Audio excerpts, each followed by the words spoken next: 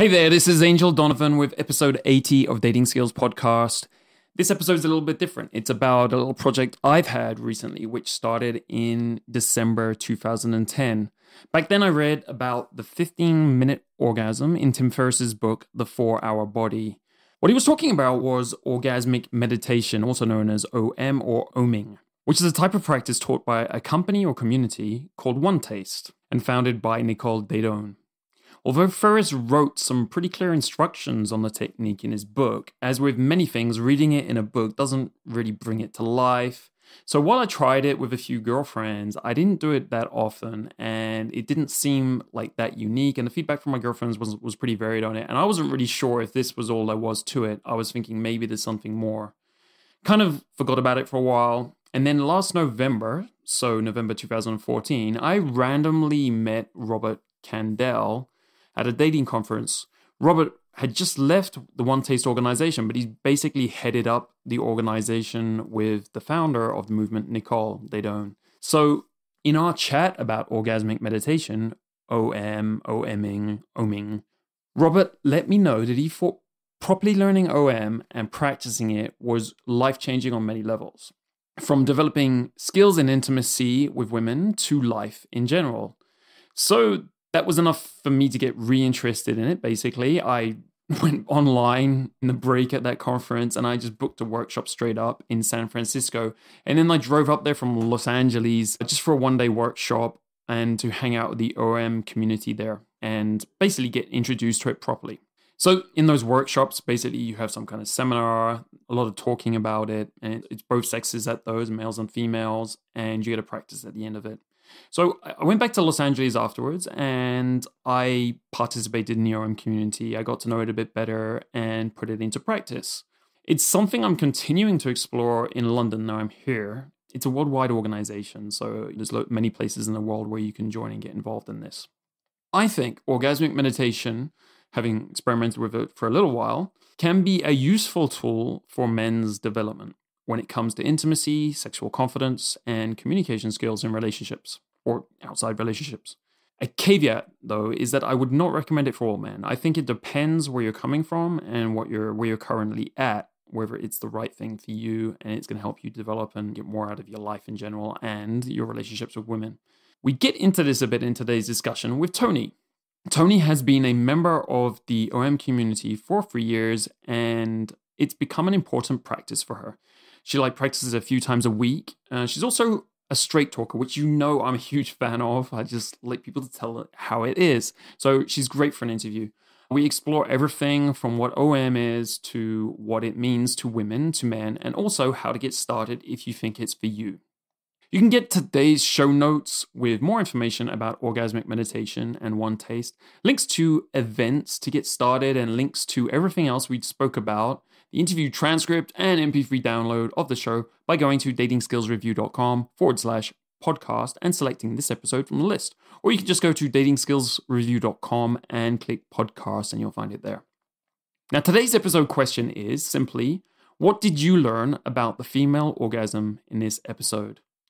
Put your answer in the show comments and I'll pick the most useful comment to give a free coaching call to and access to the Dating Skills Academy free, our exclusive members site for learning dating skills as fast as possible.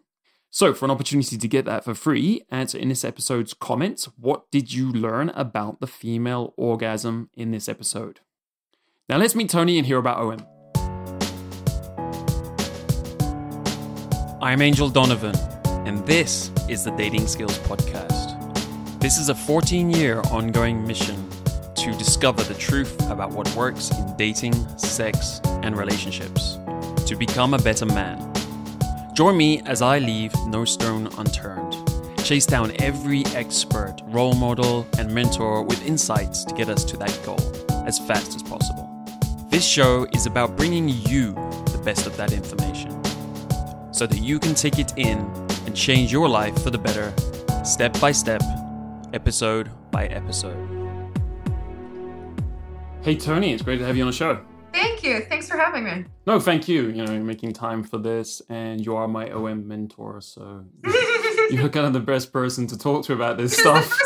I told that So I'm going to try and either do or do not let that go to my head. I don't know exactly what effect that will have. I wonder if I was the biggest disaster you've ever met in OM. So what is orgasmic meditation?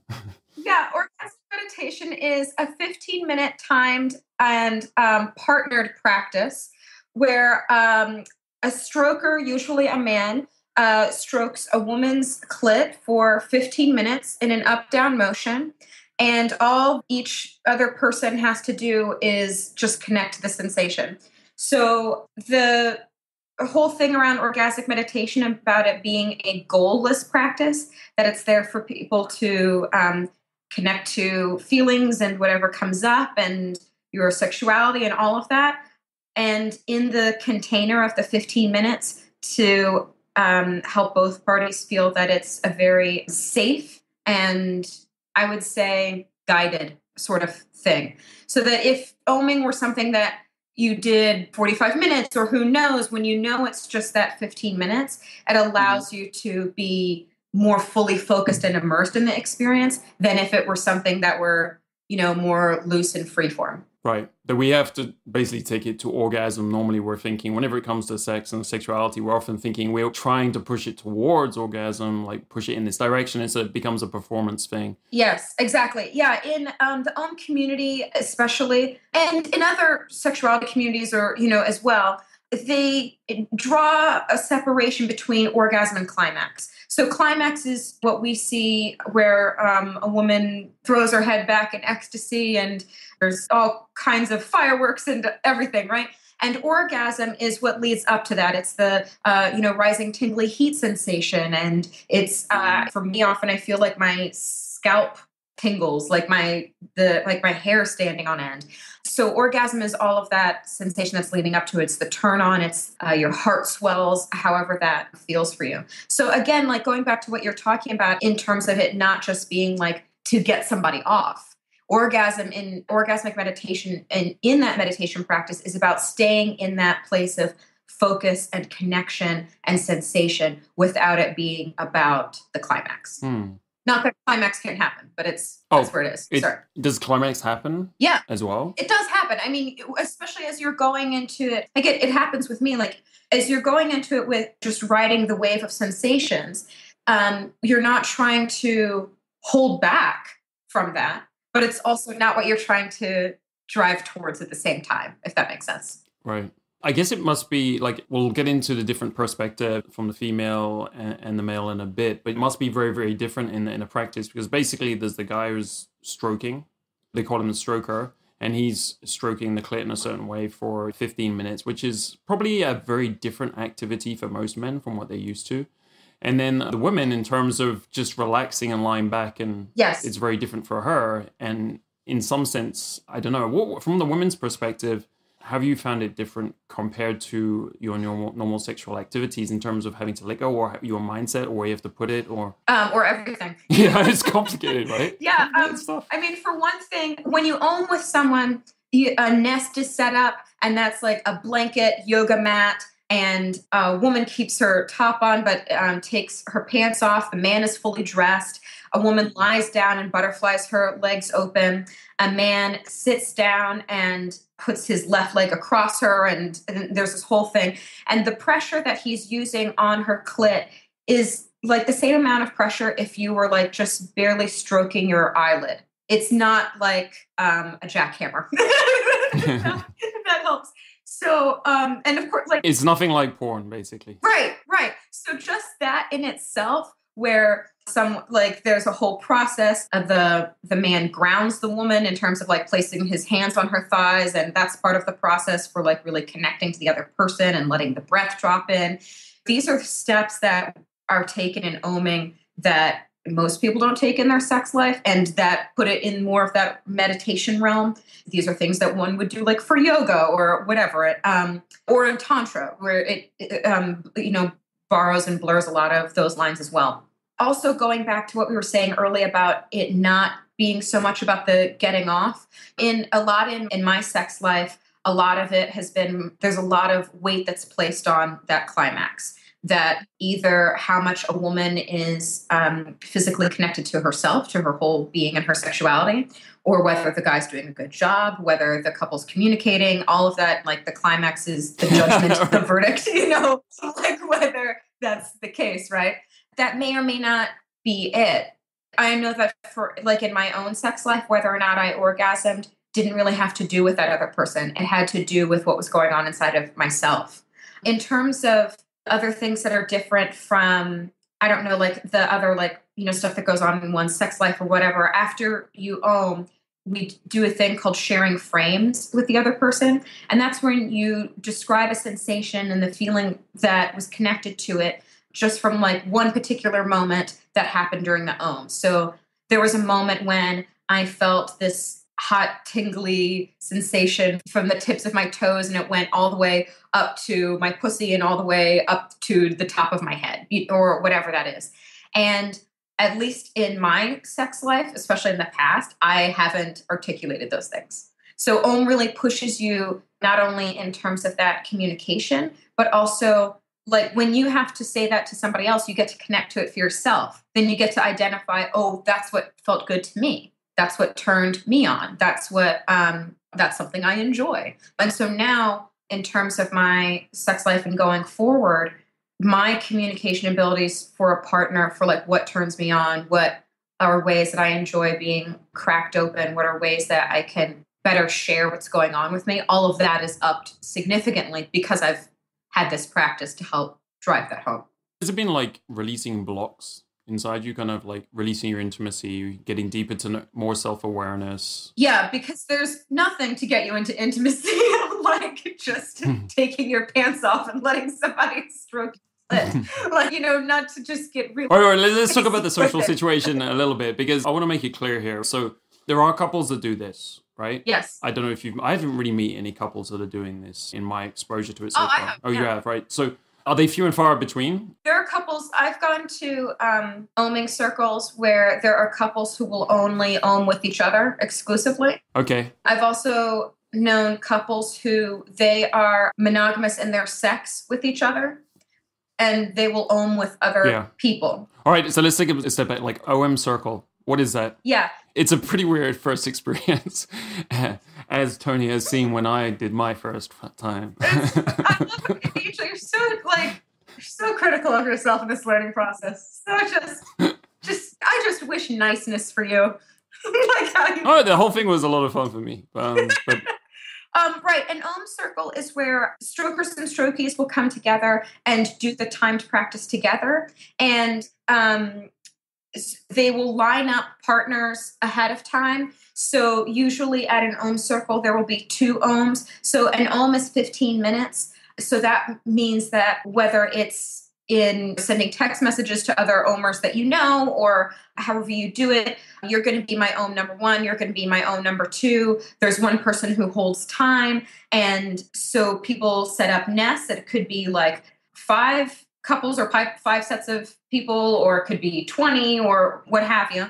And 15 minutes stroking, and then a short break in between sharing frames, and then trading partners. And then another stroker would come over, and then that's it. That's an OM circle. So you're in a room lying down on blanket, on yoga mat and pillows, and hearing a lot of orgasm in one space. Yes. There's a bunch of people OMing in the same room, and you switch partners. Yes. So it's a little bit like swinging. It's not like swinging in terms of sex, but you're swinging between OM partners, basically.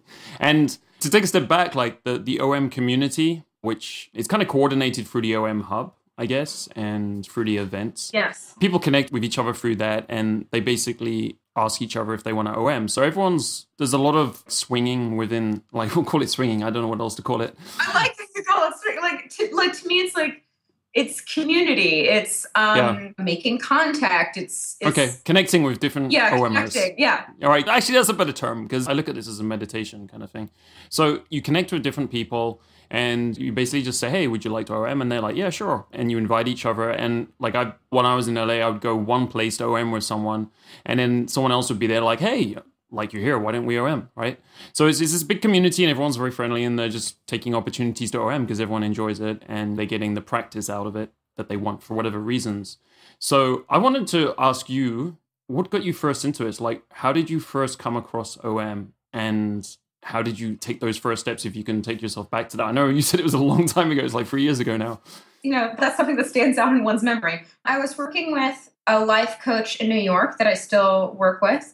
And I was telling her the reasons why I wanted to work with her and what was really coming up in my life as significant challenges. And the first thing that I said to her was that I want to connect to and use my voice. And I was feeling very emotionally shut down. And I definitely was not connected to my sexuality or my sexual power. What does that mean? For me, it meant that I didn't feel at home in my body. I didn't feel love for my body. I felt in my sex that it was a lot of how can I please someone else so that they will like me, love me, tell me that I'm good enough.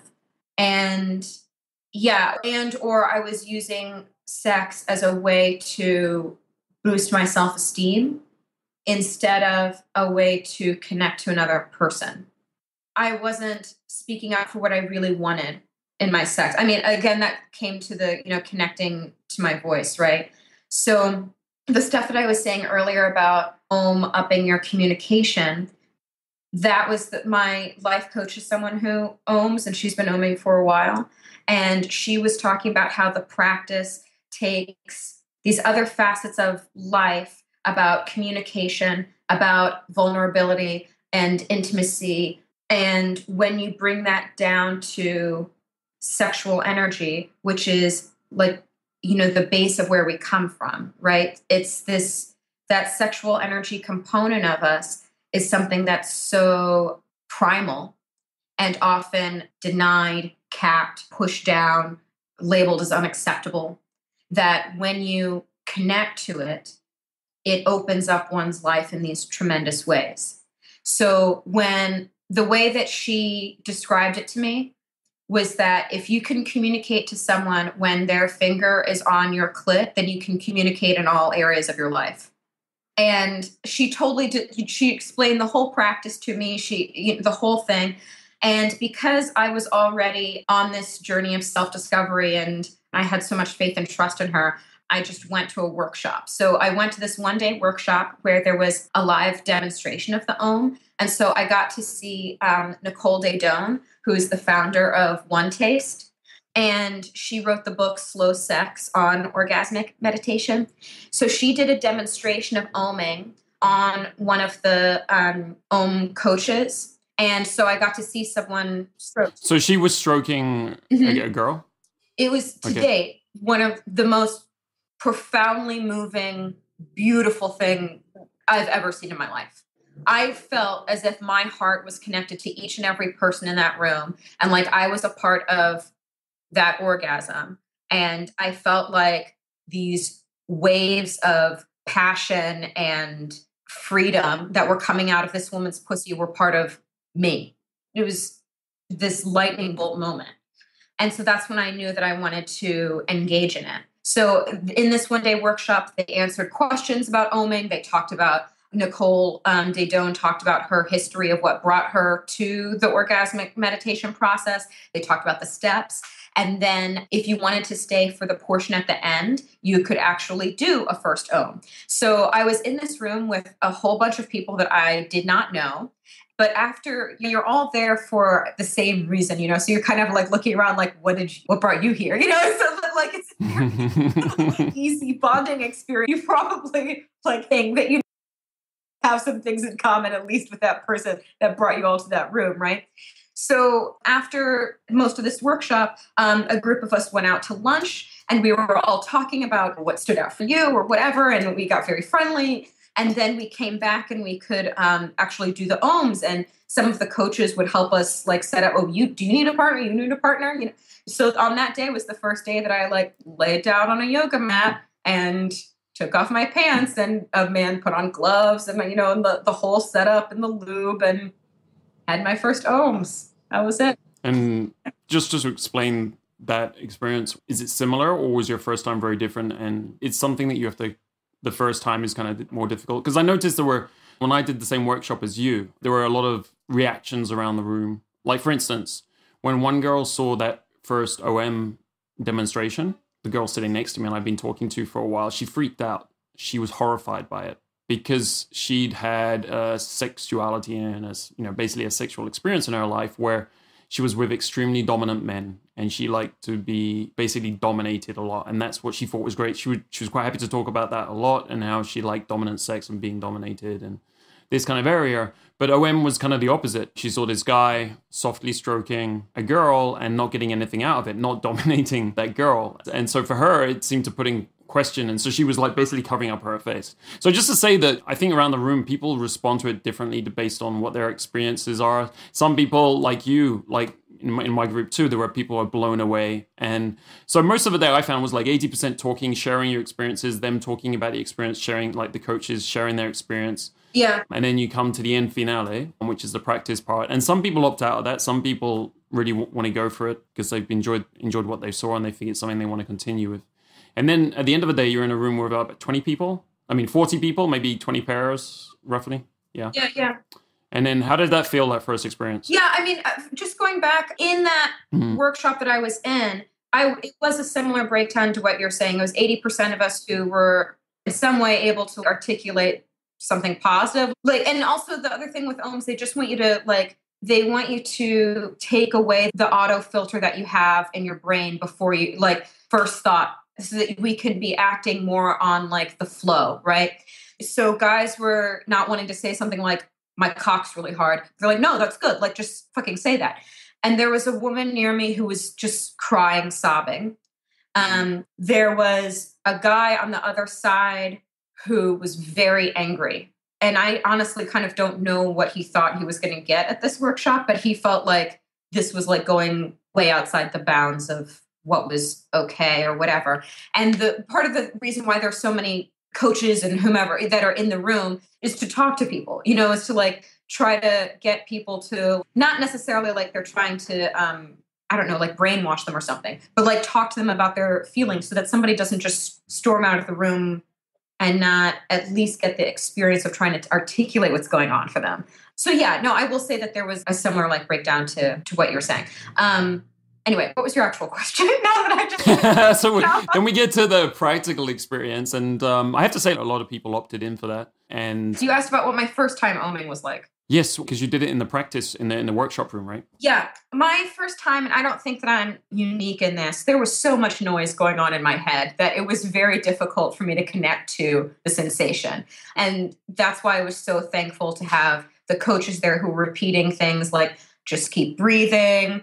All you have to focus on is the fingertip. Where is his finger? That's all you want to focus on. In my head, there were a million things going on about this is crazy. Doing I'm in a room with 20 people. And then I'm hearing and then you're hearing and I'm like, that's not happening for me right now. And, right. And now you're feeling inferior or something. It's all these pressures. Just compare and despair is going on. And then the guy who was stroking me was so nervous. And he took forever to find my clit, just he needed a flashlight. There was just a lot that was going on. But then, so it's not like I was checking my watch, but it probably took at least halfway through before he found my clit and I was able to really drop into the experience. And I have to say that I'm somebody who meditates. I meditate daily. I do stuff to get out of my head. And this definitely. I think that's a really big important point for you because I think of this whole thing from the guy's perspective, and it's probably a lot from your perspective, the women's perspective. It's to me, it's just like meditation. Similar, I've done different types of meditation. I find it a bit more similar to transcendental meditation and getting into flow because you're focused on something, you're doing something, and as a guy, you'd think you wouldn't feel anything, right? I think this is one of the things that people kind of need to clear up. Mm-hmm. So you're stroking a girl's clit for 15 minutes, and a lot of guys are going to think, well, you're not going to get anything out of that. And a lot of guys or girls are asking, well, what does a guy get out of it? Well, it's kind of like meditation. And like you were talking about sharing frames, And I think people can relate to a girl, like as she's basically going through different layers of an orgasm because her clit's getting stroked. She's going to feel different things, like you were saying, different sensations in her body in different waves. But guys also feel things. And when I first went to the workshop, even though, I've been talking about this stuff for a long time, I got a fair amount of experience. It was kind of funny for me to be thinking, like watching the guy doing the demonstration and them talking about all the feelings he was getting. And I was like, okay, well, maybe I can relate to that in terms of meditation. If I didn't have any knowledge or experience of meditation, I would have been pretty confused at that point as to what's going on in the brain of the guy. Yeah, I don't actually have statistics on this, but I feel safe in saying that for a lot of guys, the first thing is, oh, I get to stroke pussy? Great. And that's in itself is its own reward, right? Which is true. The stuff that guys have shared with me about what they get to connect to and what they get out of the OMing practice is better being able to connect to their own feelings and articulate them, which is so true for the women as well. Just if you talk about like if you were to look at just sharing frames and they get to, you pinpoint a sensation, a feeling, and you put that into words, the more that you do that in one area of your life, it's going to affect the rest. So that if you're coming to a part where you had a fight with your girlfriend or your mom said something that you weren't okay with at Christmas or whatever the heck it is, that has been strengthened in you to communicate. And one of the things also in OMing is that guys can offer, the stroker can offer, would you like more pressure? Would you like to the right? They can make an adjustment. And they learn how to follow sensation and read another person's body. And I feel that when one is in tune with things on that physical level, that also translates to when you're having a conversation with somebody, that you can read what their shoulders are doing, you can read what their eye contact is, you can read what their breathing is. Like, oh, you're getting upset when you're saying this. I didn't mean to upset you. Would you like to change the topic? Or there are like a million ways that that can go. Also on a sexual level, because a lot of guys get nervous about sex or they're focused on performance. So they're not actually observing or immersed in that experience. Maybe I think they're actually worse than women from that perspective a lot of the time. Potentially because they're more competitive, ego invested in it. Like, I can just tell you from my perspective, from all the questions we get from guys and what their focus is, like there's a lot of performance anxiety or sometimes just it's not an immerse, it's not a connecting kind of sex. So I feel like maybe some of the times they haven't taken the time to observe. And this practice, basically you're sitting there for 15 minutes and you start noticing different changes, like you're saying, in the woman's body. So whether it's the clitoris and the vagina, or it's like different women have different experiences and things change in their body as they're orgasming, as they're going through the process. So maybe some girls have like their feet or their toes or their other muscles in their bodies are going to start changing or twitching. I guess especially, and doing that with a variety of women kind of gets you in touch with how a woman's body can respond to her sexuality. And so for some guys, I think it would be good for their own sexuality, for their understanding of women, because it gives them that chance to relax and focus on that. And then they're probably going to be able to like notice in their own sexual expression when they're having sex with women they met in kind of their normal life. They're going to be able to like connect with that better. They're going to be able to observe and they're going to understand what's going on more. Whereas I think basically guys haven't taken the opportunity to observe that kind of thing before. Yeah, I heard one of the coaches say that for guys, especially where sex is concerned, it's assumed that they know everything while you're a guy. And so to come to OMing can be a vulnerable thing for them because this is an area where they have to admit that they don't know everything. And I feel like that would be helpful, to translate to someone's sexuality and their sex life. You're not expected to A, know everything, and B, that you can learn another person and communicate about that. Also like going back to the performance thing, I've had OMs where maybe I wasn't like sent to like skyrockets of pleasure, but simply because I was able to have a connected experience with the other person, like that's what mattered. That was like the most important thing about it. Or I've had OMs where I've cried, and the guy, whatever his thing is in that, you get to know that it's not his responsibility. It's not his, like, that's my experience. And that's not on him. Would you say that when two people are OMing, like, does the experience just come from you? Does it depend on how your week has been, what's going on your life, basically, and how you were before when you came to that OM? Or is it also like a bit of a dynamic between the person, maybe where both people are at, and how long the guy's been stroking, obviously, a little bit also? Yeah, I feel like it's a mix. Especially recently, I've had experiences in my OMs where I definitely felt that what was coming up were things that I was dealing with and not dealing with in my personal life. And those were things that were going on inside of me. And that didn't really have anything to do with whether the guy who was stroking me had been stroking for a week or 5 years or whatever. And I have also had OMs where I was in one place before I OMed, and then I was in a very different place emotionally after I OMed. And that was certainly helped by the fact that the stroker was someone who was more experienced, and so there were more peaks and whatever happened. OM in itself allows me personally to fully connect to what's going on in my spiritual and emotional life. Like, to me, I treat OM just like I do like a meditation practice, or like taking care of myself spiritually and like, in other ways, and my own like self-discovery journey and all of that. So it's definitely like a mix. And even when I'm with somebody who's not as experienced, whatever happens in that OM is still kind of up to me, because I have the ability to communicate. It's up to me where I can say to the left, slower. That's on me. So if I just lay back and, I don't know, like white knuckle it through like an OM or just lie back and like keep my mouth shut when I'm not fulfilling my desire or I'm not really connecting to it, then that's on me. That's not on the stroker. Right, and that in itself is you learning to communicate. Yes. So it's good for you. One of the women I met and OM'd with, she's done a lot of courses since I met her, and she actually sent this is one of the very nice things I'd say about the community. People are very warm and friendly and very giving and all this. It's a very great dynamic in the community. She reached out to me just to tell me that for whatever reason, the experience was like very, very special. And it was kind of funny because I look back on the experience, and when I was involved, I didn't realize it was that special of an experience for her. So I think sometimes it can be on one side or the other. Like sometimes the guys, I've had OMs where I kind of go into this meditative state and I'll get these meditative, like you can get meditative experiences. I think if you haven't experienced meditation and stuff, it's kind of like something you just have to experience. But you can get that, and then in other times you don't really necessarily get that. And I felt it was like a lot to do with my mindset based on my experience with meditation, because I know when I'm having a bad day in meditation, it's really hard to get into the flow, to get into the state. And it's really got to do with everything else that led up to that moment.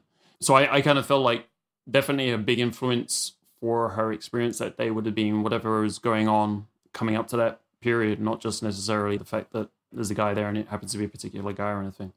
Yeah. Yeah. Great. We've been over some of the benefits for you. And do you think it's similar for all women? The kind of benefits that you get, or have you spoken to other women, obviously with conversations and stuff, and then some women doing it for different reasons? Yeah, I know that there are women who really the reason why they OM is for fun and because they like feeling orgasmic, and that's great. I haven't met a lot of them, like, to be honest. Most of the ones that I've met, we connect to OM because in whatever way, but mostly in similar ways, it's helped opened up huge things in our lives. So for example, like going back to the thing of if you can communicate when someone has their finger on your clit, you can communicate in all areas. Especially someone you don't know very well. Well, yeah, no, exactly. Right. This is someone that I don't... If you got a stranger with his finger on your clit and you can communicate with him, that's a pretty unique situation. Yeah. I will say also the communication, I mean, just like in any relationship, does like get easier when it's somebody that you've OMed with regularly. But surely, if you have, especially if it's someone that you just saw at an OM circle, but you don't actually really know them or whatever, and then you can tell them faster, slower, whatever, then that's tremendous. Yes, it wasn't even the first year that I was OMing. Putting that communication into practice, I was able to speak up for a raise with my boss, and I got it. I was able to speak up more in my relationship with my mom about communication that did or did not work for me. I mean, the whole stroking thing applies to many areas. And like that when someone makes an offer of more pressure, less, whatever, and that when they follow through on it, you can just say thank you. So even when I've been, let's say, on the phone with a customer service representative, it allows me to be thankful that this person is just trying to give me information. Like there's so many benefits, that I've had. Another thing, honestly, that I don't think I know that I'm not the only woman who feels this way. When I'm OMing regularly, I give so fewer fucks about other like bullshit stuff in my life. That like, if you think about it, like if you've had this great feeling of like you get to feel sexy, you get to feel powerful, you get to feel juicy and just fantastic, and then that's how you show up to like a job interview. That like like that's how you show up to like a date later on that evening. Like there's a huge energetic response out in the world and in the universe to someone who like has orgasm regularly going on in their life.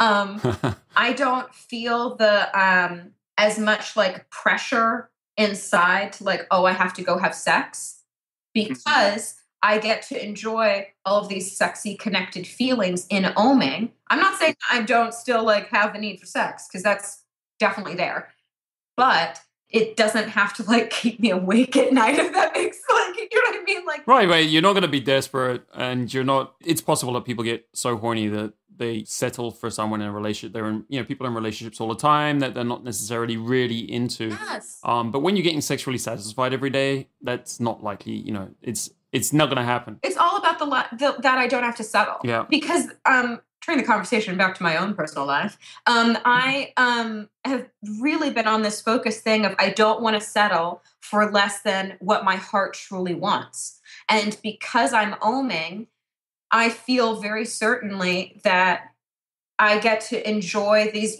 sexy connected feelings or whatever, where if I weren't OMing regularly, I probably would have settled for some like one night stand booty call shit that I don't actually want. And for me would have been settling, which is not the like most loving choice I could make for myself right now. Where I'm at right now, that's not what I want. And I can totally say that if I weren't OMing, I would have done that like quite a while ago. Yeah, it's really good stuff. So we kind of missed a bit, and because you brought it up just now, is the lifestyle, the OM lifestyle. And so when I spoke to some different people around the community, some people are OMing 3 times a day, some people way more. One guy was hanging out down at the Hive, and he was asking me to come down and hang out there. I thought it was a great idea. I didn't go in the end because I was too busy. But basically, he would hang out there, work for a while. He had a job like me where he can just kind of work on a laptop somewhere, and he would work on a laptop for an hour, and then he would OM, because there's a whole bunch of people down at the OM house all the time, and there's people coming and going. So, he got in like, he's doing like 10 OMs a day. Some people are doing like 3 times a day. Some people are doing once a day. Some people I've spoken in London. I'm in London now, and I've been to a couple of events here, and, they're doing it once or twice a day sometimes. I think most people are doing it a few times a week. What's kind of your experience? Yeah, it's definitely the camp that I'm in. I mean, I've had experiences where I've been able to I don't know, like maybe 4 times in a week or something. And that's been great. I'm also... What's the most OMs you ever did in a day? 3, I think. Was that on a course or something? No, it was... I was in New York, and it was just like, I guess the way that I did 1 in the morning, and then I think I did 3 in one day. It's hard to remember. Well, actually, do you mean like different partners or actual OMs? Just 15-minute OMs. Oh, 4. Okay. And that was just like with one OM partner. Okay, was that in a relationship, or is that just something you guys decided to do? That was something we decided to do. I know that there are people who OM every day, and I know that I definitely know people who OM, 3 or 4 times a day. Some of those people who OM 3 or 4 times a day live with other people who OM, so they walk downstairs, so it's easy access for them.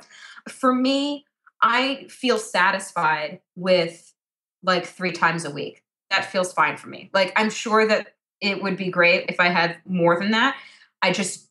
Sometimes it's like the time and... Right, logistics and time. Yeah, I mean, also in terms of like the OM lifestyle, I'm not one of those who lives in an OM house. That's not something that I see myself doing. So that's just like a different way of connecting to the OM life that I'm not. Definitely. There's many different approaches to it, giving you guys an idea of different approaches people take to it. So some people, they want to get a lot of experience quite quickly. One of the girls I met, she's just started doing a lot of courses. There's a lot of different courses and stuff you can do. And she's been hanging out of the house and going to all the events. And, very quickly, like within a week, she's had way more experience than I had the whole time I've done it, because I was not the best disciple. I'd like disappear for a couple of weeks and come back and so on. So let's talk about, are there any downsides, or are there things people should be aware of that might make it not for them, basically? Obviously, you like it because you've been doing it for 3 years. But, is there any side of it that is not really great, or that you should be aware of? Or is it helpful to people if they're thinking about getting into this? I definitely find it helpful because I'm someone who, I come from the way of thinking that like anything and everything that comes from it is going to be for your benefit. Even if that's you knowing that like, okay, that's not something for me, then that's still, for your benefit.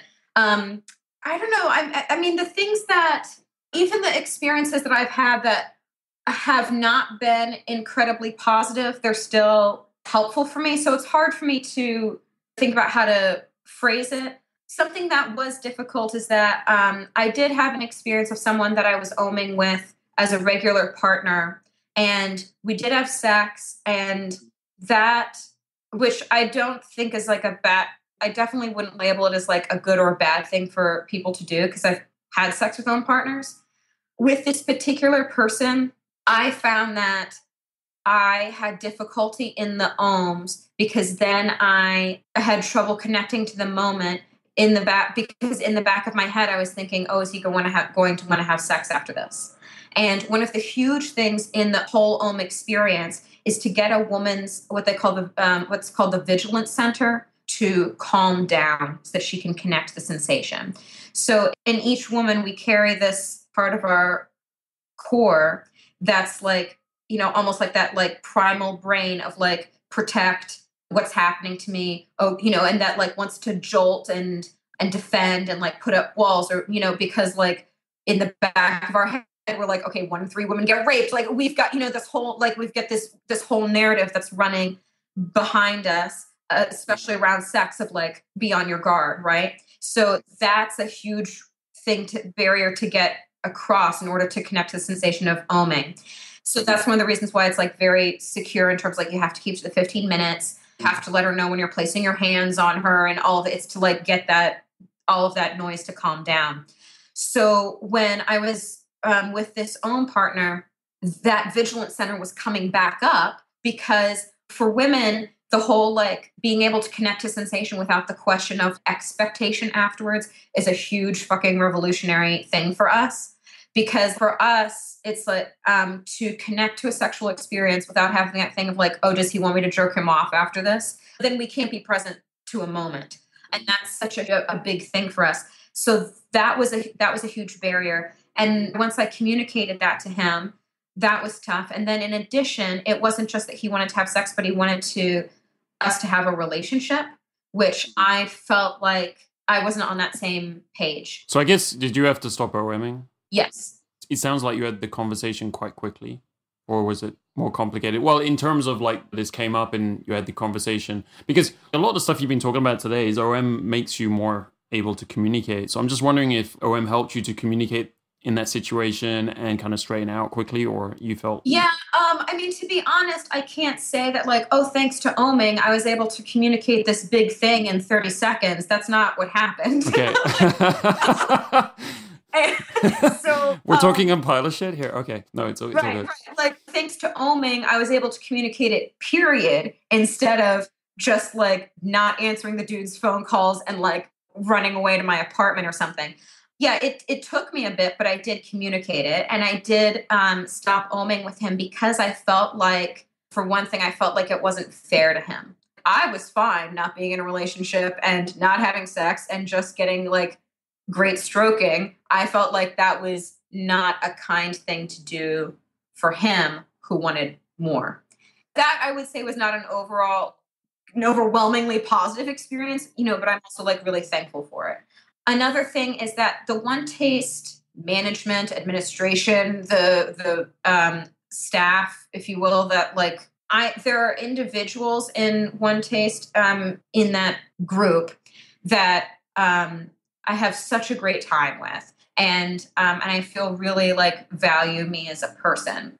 I have had more than a couple experiences with individuals like higher ups or whatever in One Taste who I feel only see me as a credit card, and that is a huge turnoff for me. So there's so many benefits I've gotten from OM. And then when I have this thing that pops up of somebody not like asking how I'm doing and they genuinely don't give a shit because they're just wanting to get to the part in the conversation where they can try to get me to sign up for this class or sign up for this course or swipe the credit card, that really spoils the love and it spoils the experience. What I will say on the other hand is that what I get is so much more than like very, very small thing of individuals who see me as a credit card that it's like, to me, it's not enough to like get me to just throw up middle fingers and peace out from all of OM forever. Right. I don't know if they are incentivized or how it is, but I was getting called a lot when I was in LA quite a few times per week by different people all the time. And so I felt kind of the same thing from that perspective. Is probably a way the organization is set up in terms of incentives and stuff. Because a lot of people are part of the organization. There's a lot of coaches or do you call them operatives? What are they called? Did you call them operatives? It sounded like you called them operatives. I watched Mission Impossible last night. Anyway, so whether they're coaches or just people, there's a lot of people in the organization. So, if I go to an event here, there's probably like maybe 6 people are a part of the organization versus another 10, 15 who aren't at an event. So it's a fair number. Anyway, talking to you just about like some of the benefits for guys. From my perspective, what I felt it was like is for guys who are not really on top of their sexuality, maybe they haven't had sexual experiences. I know there's a lot of guys who listen to the podcast who sometimes say you haven't had any sexual experience at all, like you've never had that, or you've had very little, like maybe you had one girlfriend and it was very limited in terms of the experience you had, and it wasn't like fully aware, or like you might have heard us talk about in the podcast before, sexual expression. And I think that's what we're also talking about here a bit today, right? You're feeling free, Toni, to express yourself sexually now because, you've been OMing for a while. And actually, just to touch on that, like you said to me one day that you wouldn't get into a relationship with someone who didn't OM. Did I remember that correctly? Or you're in the ballpark. Yeah, I would totally be I would want to be in a relationship with somebody where OMing is a part of what we do. Now, if that means that we OM with other people, I don't know. That's something that I would have to, discover. But I've done the thing of being in a relationship, and so he didn't know how to OM, and he didn't want me to OM with other people. So like OMing was not part of my life for that time period, and I don't want to do that. I would at least want to OM, like if I was OMing like only exclusively with my partner or OMing with other people and monogamously or sexually monogamous with my partner, I'd want to do one of those two. Yep. Mm-hmm. Going to what you're saying of the people who are sexually inexperienced. So there are, I would say there's a fair number of guys who come to OM who, I don't know how to say this, but they're kind of in this group of the mindset of like nice guys finish last. And they feel like girls only see them as a friend. And they maybe haven't had a lot of girlfriends or not a lot of sexual experience. And in OMing, I've noticed that they get to connect to owning. You can be the nice guy that girls want to like sit down and watch a movie with or a TV show and have the popcorn and whatever. And you can also have your own sexual beast going on at the same time. They're not mutually exclusive. That both of them can exist. That like. Do you think these types of guys learn that through OM? Because it seems like such an unsexual beast approach for a guy. Yeah, the thing is that I need to like kind of separate it. It's not just that like, OMing being the meditative practice that it is, it's more like when someone goes to a turn-on event that really comes up. And a turn-on is, it's like a fun word game, like let's connect and be unrestricted thing. So a turn on is where OM coaches will lead it, and a group of people, like it could be 10 people, it could be, I don't know, 40 people, or however many decide to come. People introduce themselves, and it's all about like what they try to do is to recreate the experience of an OM with word games and with all clothing on. So people, they ask questions like, if your sex life had a theme song, what would it be? And, or it could be, here's something most people don't know about me. Here's something I wish people knew about me. And they really want you to respond on the impulse, you know, again, without the caveats, without the like. Right, it's getting people to open up about their sexuality, what they're thinking exactly. So one of the examples of those games that I've seen a few times is you sit out in front of the audience and anyone can ask you a question. And the idea is that you answer basically as truthfully as you can about your own sexuality. I've seen like people are still hiding, and you can tell when someone's hiding. But the idea is, and some people are very expressive, and I'm sure that people go there for a while, they get more relaxed about it, and you know, they start talking to people about their sexuality and expressing themselves as they are, rather than trying to be something and wondering about how they should be. Yeah, so when you see someone who is like we're describing, who maybe they're accustomed to being like the unassuming nice guy, and there's a game that is played during Turn On called Hot Seat, where one person from the audience or the group goes up to a chair up at the front, and we can ask them any question that we want, and we want to stay on the thread of other questions. I've seen more than a few times when someone goes up there and there's more that's revealed in these questions where like they have this tiger on the inside, but on the outside they're playing a lamb. And I feel that a lot of times that these guys underestimate that the tiger can be appealing to women and that you can be both the lamb and the tiger. I personally have no desire to fuck a lamb. So that's actually a topic that comes up a lot. We've had some good conversations actually exactly on that topic, where women don't want you pretending to be a nice guy, basically. A lot of the guys you're talking about, like, we say nice guy. I hate saying the word nice guy because it's so laden in society now, and people talk about nice guys and everything. But, you know, if you're trying to be nicer than you are and putting this nice front on. So do you feel like there's a lot of those types of guys that come to the OM community? I feel like it's that. I feel it's also that they're really accustomed to like getting shot down and rejected, and they're just like that esteem is low. Okay, so if you're in this situation, if someone is listening, and you know, I know there's many people like that who are listening, is OM helpful in some way? Is it a good place to go to build confidence, to basically get into your own skin more? Have you seen this in the community? Have you seen guys who, you know, they first showed up and you felt that they were unconfident and they were trying to be overly nice and stuff, and it wasn't going well for them, basically. And then you've seen them kind of change over time. Is it something you've seen a lot? Or I'll give you what I've seen a little bit also, but I haven't been around for years, so I haven't seen as much as you. Goodness gracious. Listen, I don't know if you want to keep this in the recording, but like, I know, guys, I haven't gotten to see the full progression on the other side. That's the honest truth. There's one guy that was in New York where like he was actually getting like direction from coaches of stuff to like help push him further out of this bubble, right? I didn't know him long enough to see the full arc. There's a guy I know presently who I OM with frequently, and wherever he is in his stage, he knows that like he's connected a lot more to how he's not getting what he truly wants and that he can speak up for that desire.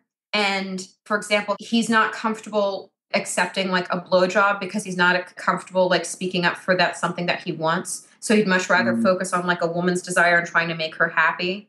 And he also knows that he's not like bringing in the kind of woman that he wants because he's not taking other steps in his life. Like he's not earning like if the kind of woman that he wants is like a Salma Hayek or something like that, he knows that he's not exactly like on that level. So he needs to do things like move out so he can have his own apartment, have a job where he's earning more money, take better care of himself, instead of, I don't know, like being a delivery guy who is living in a house with 4 roommates. So there are definitely guys who are on that path. I just don't have like, well, this one started out here and thanks to OM, like now he's here. I don't have the full story for you. Okay. It's good. I'll just give you my impression based on what I've seen is I think OM is good for guys to develop greater intimacy. I mean, this is kind of why I sought it out in the first place. I tried it with a couple of girlfriends and, I was interested on that level. I didn't really know about the whole OM swinging part. That was something I kind of learned on the way there. It was interesting. I was like, oh, this is cool, this whole community thing. But I actually my idea was to do it with girlfriends when I first went to do the course and stuff. And I certainly will be doing it with girlfriends because I think it's, it's a useful part to develop intimacy and stuff, or introduce them to it at the least. So I think it's a great tool for guys to learn and a community for them to learn about building on their intimacy and relating to women, being able to relate to women emotionally. So a lot of guys, they have issues developing this part of themselves. And sometimes they have a lot of success with women, especially with casual hookups and things like that. But they don't have the other side and they don't have relationship. They're not so strong on relationships. Maybe every time they get into a relationship, it just doesn't last very long, right? And that's when I think this kind of thing can be very helpful.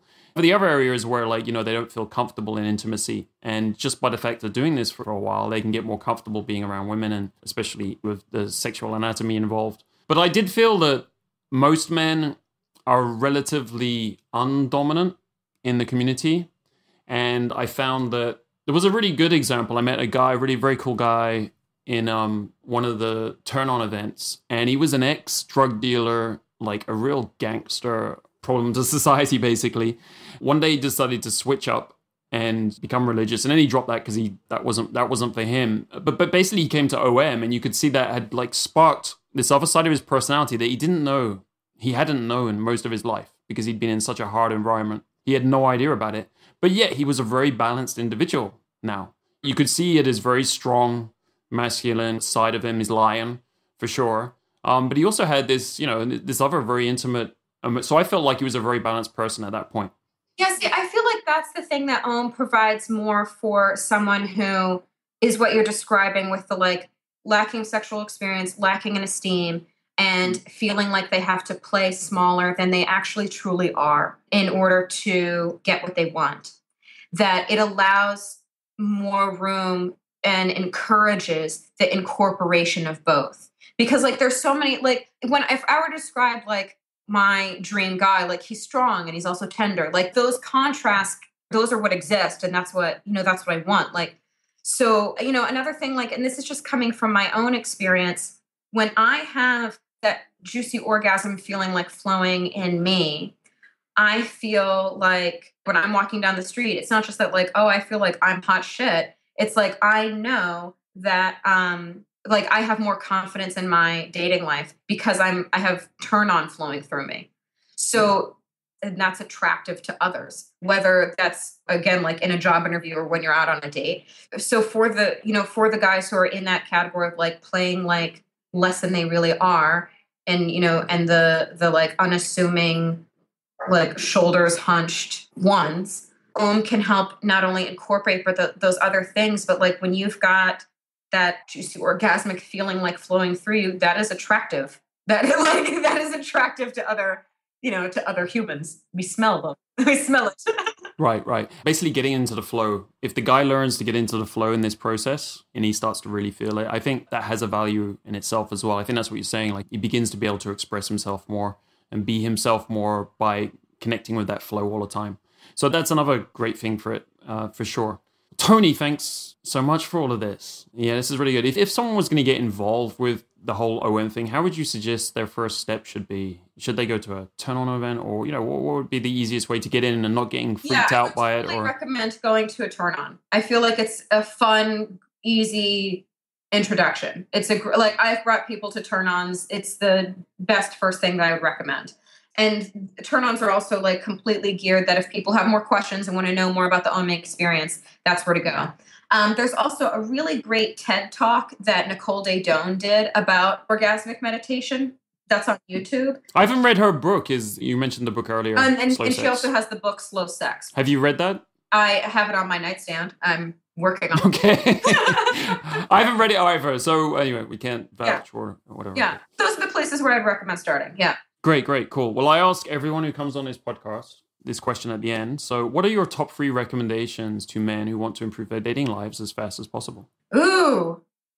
I would recommend OMing. That would be one. Another one I would recommend is listening, is just to practice the art of listening. Be amazed what a difference that makes. I guess the third one would be, this may sound like really, I don't know, is to really love yourself, honestly. Love yourself in the way of like your whole messy, fantastic self, because that's attractive to other people. If I met somebody who had such a hole inside themselves that like no amount of love I could pour into it would be enough, I would run the other direction. That whole line of "you complete me," that is the biggest red light that could ever come up ever. So in terms of the like loving yourself and taking care of yourself, that's the most attractive thing, I would say. I think that's a great point. We've never had that on the show before. So yeah, thanks for that. That's a great point. Oh, you're welcome. I got to be original. Thanks for your time again. You're welcome. You're welcome. Hope that was helpful. Yeah, it was. Take control of your dating life today. Take one idea or one insight from today's episode and apply it today. Don't wait. Do it today. That's all it takes to change your life, step by step, episode by episode. Learn more about what I, Angel Donovan, and my team do at datingskillsreview.com. How we help men like you take control of their dating lives.